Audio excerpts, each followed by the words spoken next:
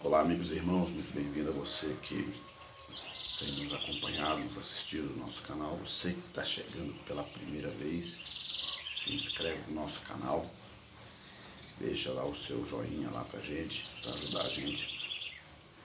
Eu quero deixar, já expliquei em outros vídeos, que é muito importante ter novos inscritos no canal, porque eu tenho um plano de fazer sempre, para poder você fazer uma live ao vivo, você precisa de 1000 inscritos, no mínimo, 1000 inscritos.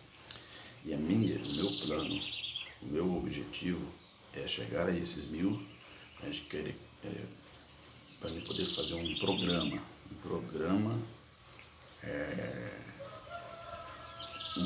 onde a gente vai ter pessoas, vou trazer uma pessoa para cantar, fazer um programa de com a participação de jovens.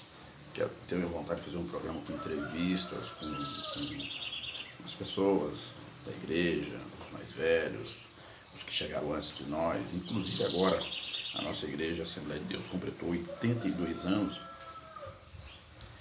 Eu gostaria muito de fazer um trabalho em cima disso, de entrevistas e tudo mais. Eu não sou jornalista, não sou formado, mas a gente vai tentando, vai se ajustando e em algum momento nós vamos chegar lá.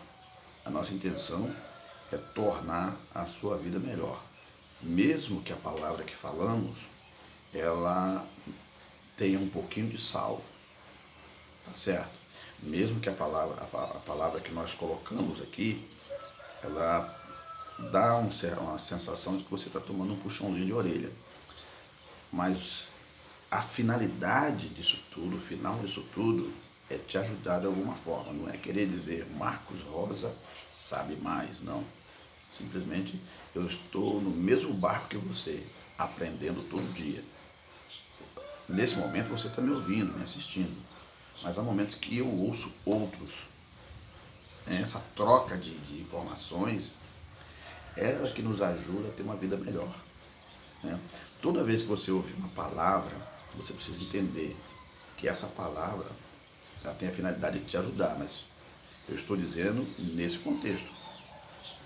Não no contexto de te induzir ao mal, te induzir ao pecado, te induzir a uma condição fora do contexto que vai complicar a sua vida. Estou dizendo para o bem, tá certo? Então nós temos um plano aí, nós vamos engateando, tá? Não quero aqui sucesso. Marquinhos, não. Eu preciso de estrutura. E, basicamente, precisamos de inscritos. Nós estamos aí com menos de 100 inscritos. Eu tenho um outro canal de elétrica, eu estou já quase nos 500 inscritos. Estou acima de 400 inscritos. E ele vai subindo 2, 3 inscritos por dia. Já o canal evangélico, que é esse aqui, ele está tendo dificuldade, porque se for pegar todas as pessoas da igreja onde estou, eu acredito que dá para poder completar esses inscritos aí. Mas nem todos têm celular, tá? Se for pegar todos, é uma parcela que tem smartphone, tem celular, que para poder assistir. Tem gente que não tem tempo para assistir, tá certo? Mas nós estamos batalhando em cima disso. O assunto de hoje é esse. O que está acontecendo com o meu casamento? O que está acontecendo com o meu casamento? E para a gente iniciar a nossa conversa, eu quero ler lá na carta de Pedro, tá? 1 Pedro 5. Eu gosto de ler as cartas de Pedro, né?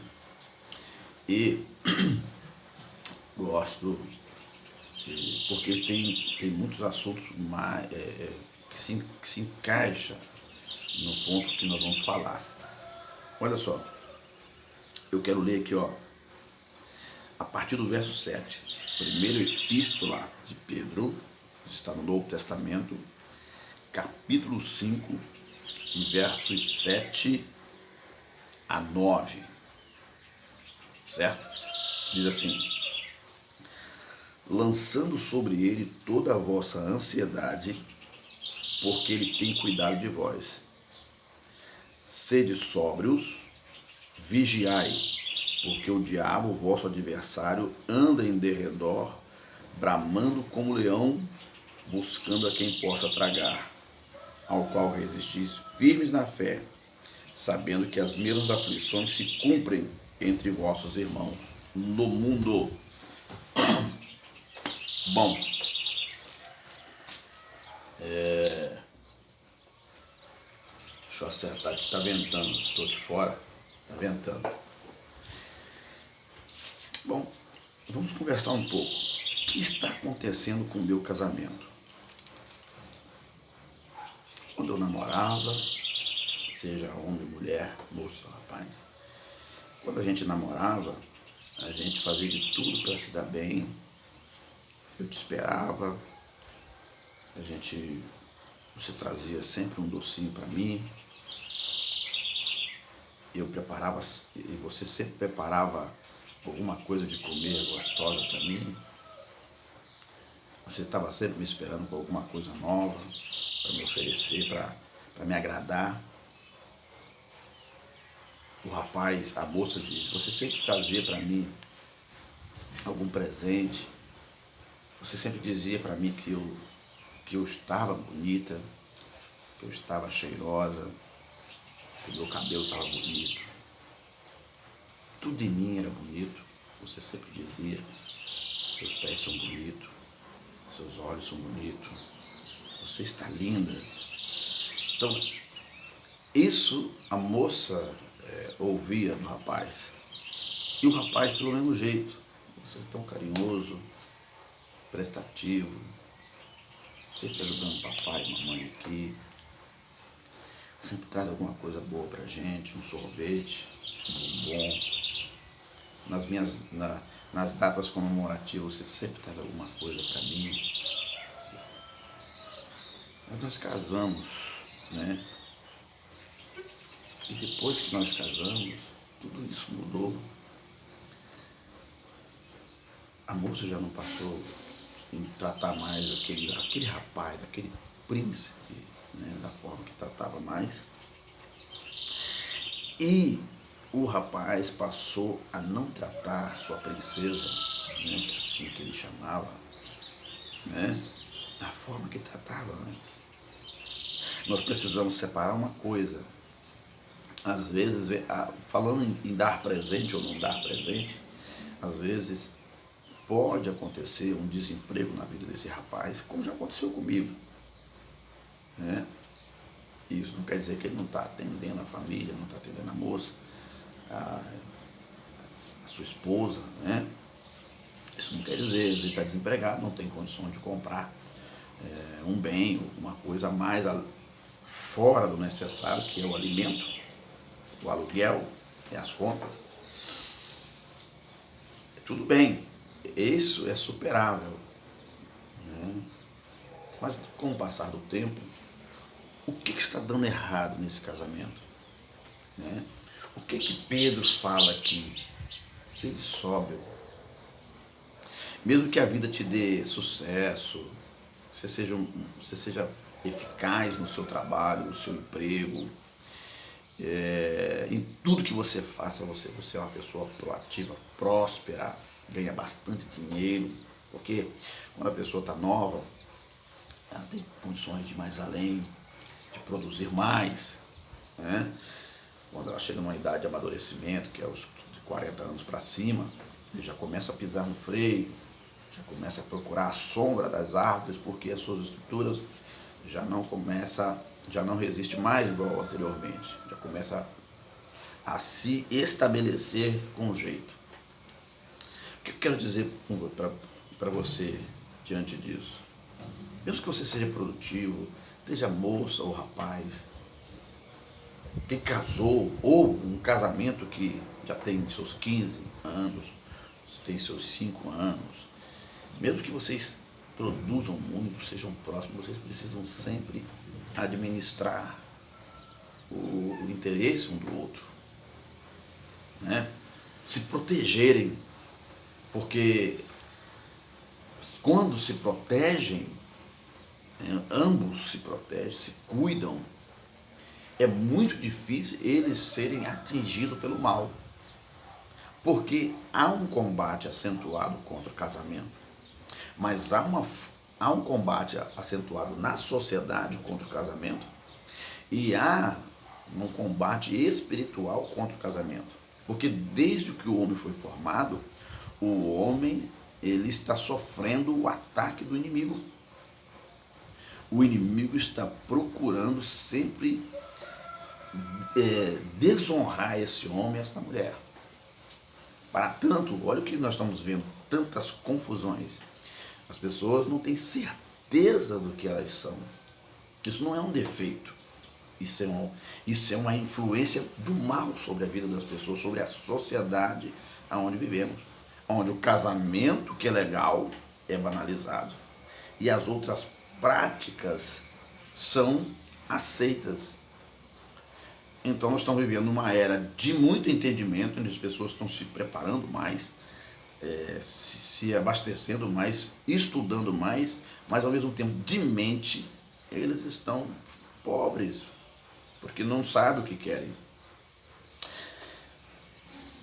A pergunta é, o que está acontecendo com o meu casamento que estava dando certo? Por que estamos brigando? Por que estamos discutindo? Por que estamos dormindo em camas separadas? Por que já não se compreendemos mais? O que está acontecendo comigo? O que está acontecendo com meu esposo? Ou o que está acontecendo com a minha esposa? Até aqui, até uma certa data, o que aconteceu para nós mudarmos a nossa postura em relação ao outro? Talvez nessa correria do dia a dia que nós vamos vivendo, nós não temos tempo de analisar todas essas coisas.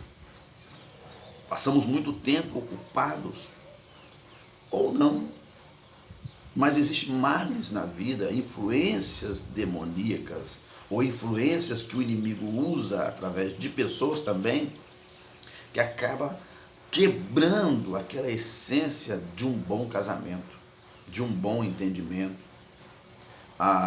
Os cônjuges, os pares, marido e mulher, já passam a viver num estado de sítio, num estado de guerra, num estado estranho. Não há ali uma palavra de amor, não há ali uma palavra de perdão, não há ali a palavra de pedido de desculpa, não há ali uma busca pelo entendimento. Começa num combate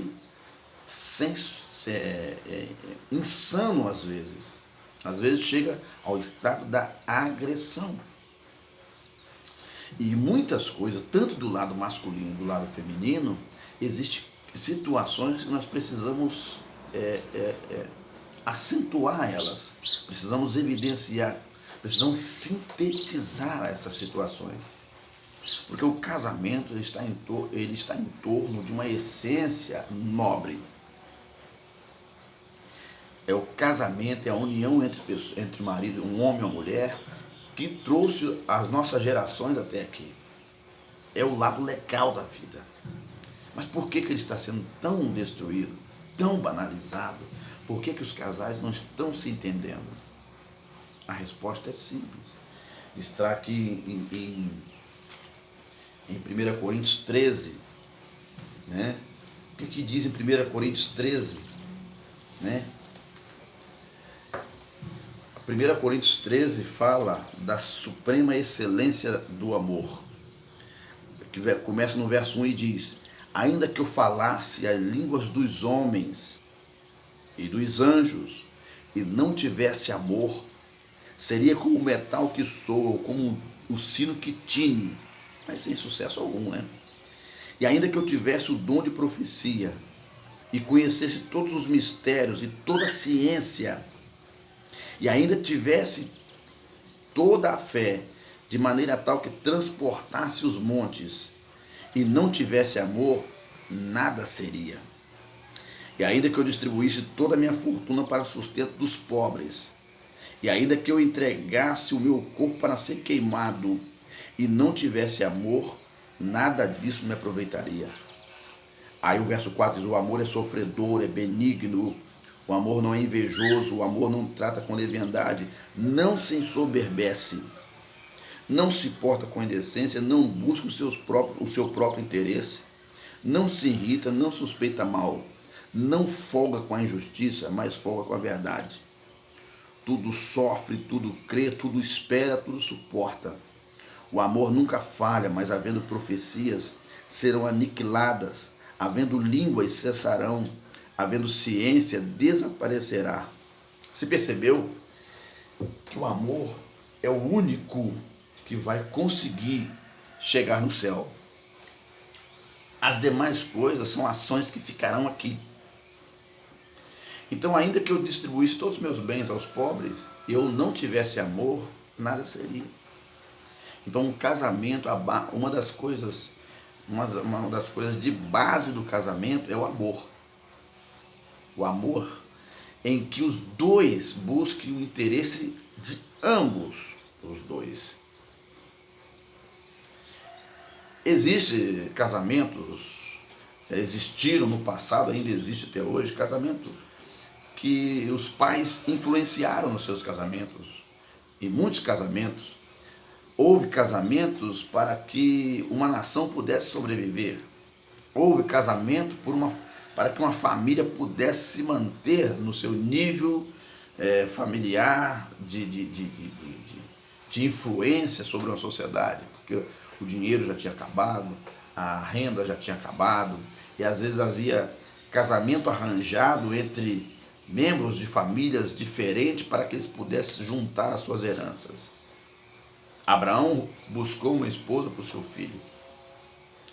Então, a participação, quando uma moça, um rapaz for namorar, não que hoje na nossa cultura não existe muito isso, mas num casamento, num namoro de uma moça, um rapaz, a moça, o rapaz participarem aos seus pais, o seu namoro, é muito importante isso, porque os pais vão ajudar a filtrar aquele. Agora, claro que existe o engano, há pais que se enganam em relação a uma pessoa, ele acha que a pessoa não vai ser aquela pessoa, não vai render conforme deveria render, ou não vai tratar sua filha conforme deveria tratar. Mas aquela pessoa, ela mostrou o contrário, mostrou que produziu, mostrou que é uma pessoa proativa, que está inclinado na defesa da sua esposa, dos seus filhos. Então, às vezes há esse engano.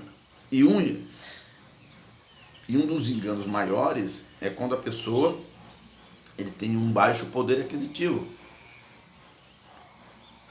O casamento ele não pode ser evidenciado em cima de interesses, né? Claro que sempre tem um lado que vislumbra mais coisas, vislumbra volume, propriedade, vida boa, né? Mas o casamento é feito de altos e baixos.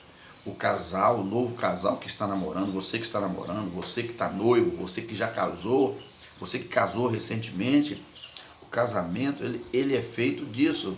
Uma hora você tem muito, outra hora você tem pouco, mas vocês precisam superar todas as fases da vida.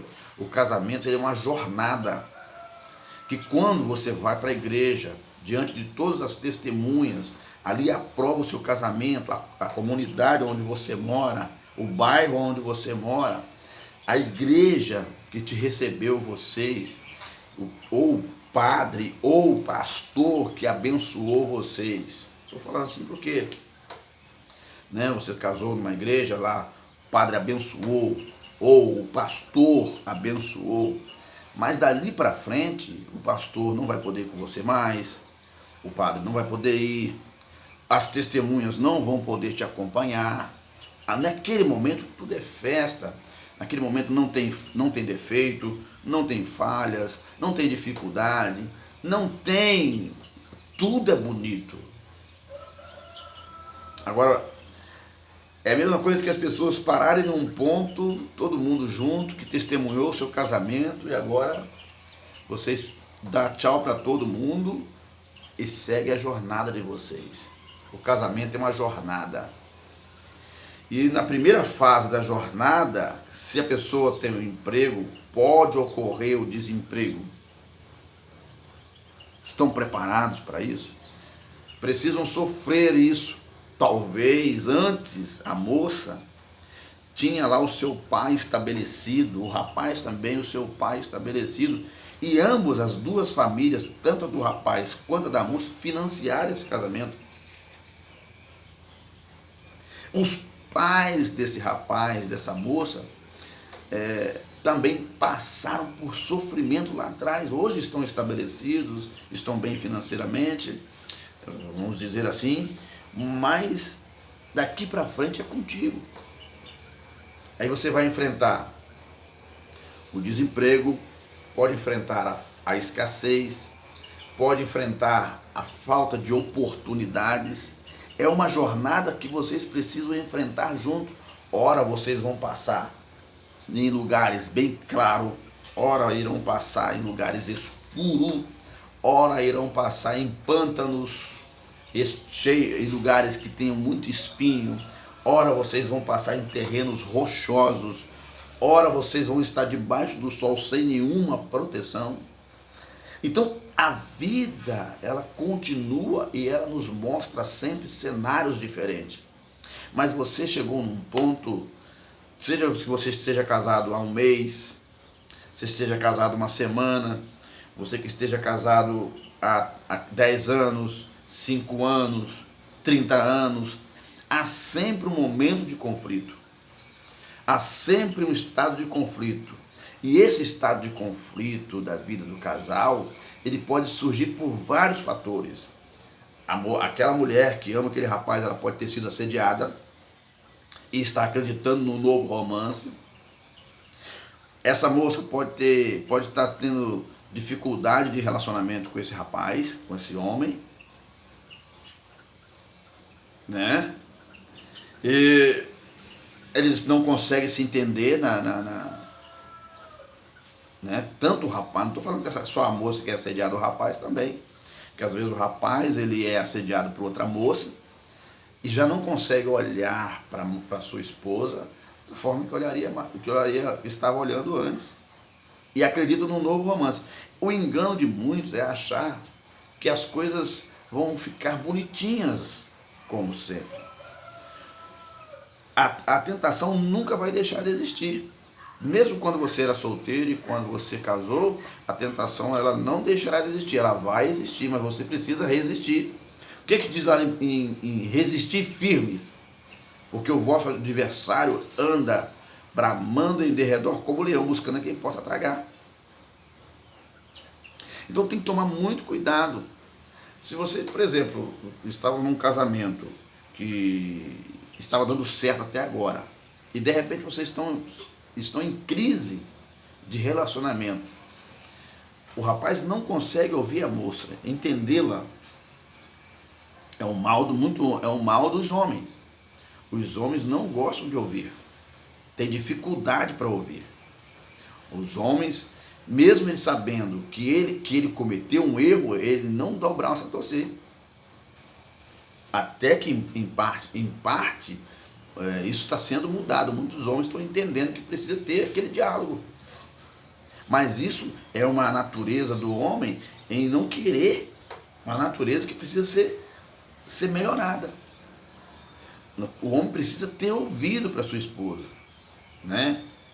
Do mesmo modo que ele escutava ela lá quando ele era solteiro, noivaram e casaram, ele precisa escutar agora na vida conjugal daqui para frente. Então, o homem precisa ouvir a esposa. Ela quer conversar. A esposa precisa colocar para fora os seus sentimentos. E às vezes há o mal do homem em não querer ouvir. Precisamos ouvir e tirar ali uma conclusão daquilo que está sendo falado. Quem sabe eu estou errando? Quem sabe do jeito que eu estou lidando com a situação não está prejudicando o meu relacionamento. Então, nós que somos homens, nós temos que ter esse lado, o lado do entendimento. Porque para se viver bem, precisa de um consentimento mútuo. Como que eu posso agredir a minha esposa com palavras, desqualificá-la, deixá-la, não dar atenção a ela conforme deve se dar, e depois eu quero dela uma atenção total. Não, precisa desse entendimento. O homem precisa entender que ele não vai deixar de ser homem só porque ele precisa pedir desculpa à sua esposa quando ele vacila no tom da fala, na agressividade, ou em algum comportamento fora de contexto que não esteja conduzido de acordo com o casamento. Pedir desculpa não tira a nossa moral, né? Do mesmo lado, a mulher. A mulher precisa entender o seu marido, se ele é um homem lutador, se ele é um homem trabalhador, se ele é um homem que tem olhos só para ela. Ela precisa valorizar isso. Porque às vezes o camarada, ele é trabalhador, ele é proativo, ele corre atrás, sofre. Às vezes eu conheço pessoas, homens que trabalham de dia, trabalham de noite para poder pagar a faculdade de filhos, dar uma vida boa para a família, mas às vezes lá a resposta que ele tem de casa não é satisfatória. Eu estou falando do casamento em todos os termos. Tem pessoa que está casada há 30 dias e já estão querendo se separar. Por que será? Só queriam fazer a festa? Então é uma situação que nós precisamos entender. Casamento é coisa séria, é muito séria. Então a mulher precisa entender esse homem. Se um outro homem está te assediando, tome cuidado com isso. Tome cuidado com isso. Porque a vida não consiste só nessas coisas. A vida não consiste só nisso. É necessário esse tipo de sentimento, nós precisamos dele? Precisamos. Mas precisamos fazer. Precisamos, não está dando certo? Não estou sentindo o mesmo sentimento pelo meu marido? O que está acontecendo? Vamos se entender. Eu não estou sentindo o mesmo sentimento pela minha esposa, mas o que levou a isso? O que está levando a isso? Então, nós precisamos ter esse entendimento. Porque se eu buscar o meu interesse só, eu não amo minha esposa. Se ela buscar somente os seus interesses, ela não me ama. Estamos vivendo juntos por um interesse em comum. Então você que é casado há 30 dias, você que é casado há 60 dias, há 1 ano, há 2 anos, há 10 anos, há 30 anos, precisa ter esse entendimento. Você criou toda a sua família. Por que agora o seu casamento está indo de mal a pior? Então buscar o entendimento da mesma forma que você buscava quando vocês conversavam quando solteiro e conseguiam se entender, deve ser buscado agora. Pedir desculpa, procurar se acertar, procurar se entender, porque a vida nos mostra um cenário de majestade, de glória, uma glória humana que termina com o nosso cansaço, com as nossas dores, com o nosso corpo cansado, com as doenças que virão. Então a glória humana ela tem um prazo. E às vezes a gente olha a vida dos outros e queremos viver uma vida de novela, de relacionamentos extraconjugais, uma vida fora de contexto, achando que esse modelo de vida é o modelo correto e acabou destruindo nossa vida, separando as famílias, separando os filhos. Dali nós estamos comprometendo toda uma geração que no futuro terá problemas. É a geração, por exemplo, você tem uma família, eu aqui em casa, por exemplo, era só eu e minha esposa, mas nós hoje estamos somando 9 pessoas. Imagina bem, se o nosso relacionamento dá errado, nós vamos influenciar todos os nossos filhos, os nossos netos, eles vão crescer todo debaixo de um contexto negativo, entendendo que casamento, que vida familiar é balela.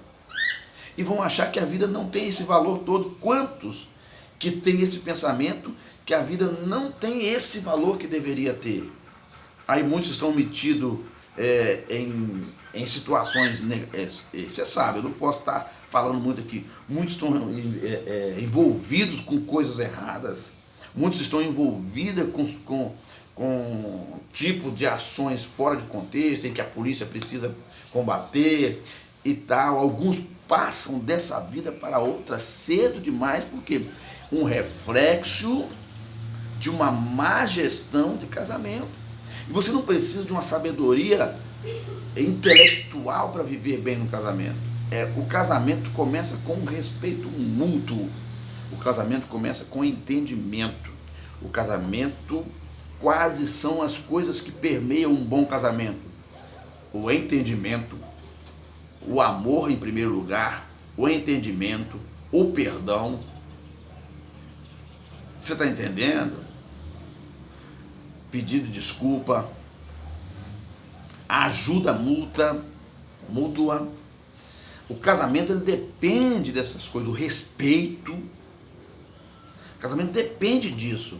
Um casamento que não se tem respeito, nem do homem para com a mulher, nem da mulher para com o homem, ambos vivem se hostilizando. Esse casamento ele corre um sério risco de vir à queda, tomar um nocaute, e o inimigo está aí. Então, quanto mais sólida a família estiver, este casal tiver, mais segurança a nossa sociedade terá no futuro. Então nós precisamos pensar nisso. Você que é de uma família cristã, você que é de uma família não cristã, você que está me ouvindo, valorize o seu casamento. Tente acertar com a sua esposa, tente acertar com o seu esposo, sentem, conversem. Vocês têm futuro, vocês têm condições de alcançar os seus objetivos. As tentações elas virão mesmo, tanto para o lado do homem, quanto para o lado da mulher. Mas o que nós precisamos fazer? Eu tenho um esposo. Eu estou sendo assediada, mas eu tenho um esposo. E eu vou cobrar esse respeito. Olha, fulano, leva a mal não, mas eu tenho uma família, eu tenho um esposo, eu tenho filhos. Eu preciso cuidar deles. Essa é a minha missão que Deus colocou na minha vida. Faça isso. O marido também. Não, eu tenho uma esposa. Talvez você está sendo assediada por alguma mulher. Você precisa dizer, eu tenho uma esposa, eu preciso cuidar dela. Eu tenho filhos, eu preciso cuidar deles. Essa busca de um bom entendimento, tenho certeza que você, mulher, deixará um legado abençoado para as suas gerações. Você, homem, deixará um legado abençoado para as suas futuras gerações. Que daqui a pouco a gente vai e eles ficam. E quando chegar naquele grande dia, Deus vai cobrar de nós todas essas más ações que fizemos. Cuidado com a tentação. Cuidado com os elogios, mulher, que você anda tomando. Cuidado, homem, com os elogios que você toma tomando. Eu prefiro uma eternidade do que 30 minutos. 30 minutos de prazer não garante a eternidade na minha vida. Então tome cuidado. É melhor você ser chamado de frouxo, é melhor você ser chamado de inconsequente, de atrasado,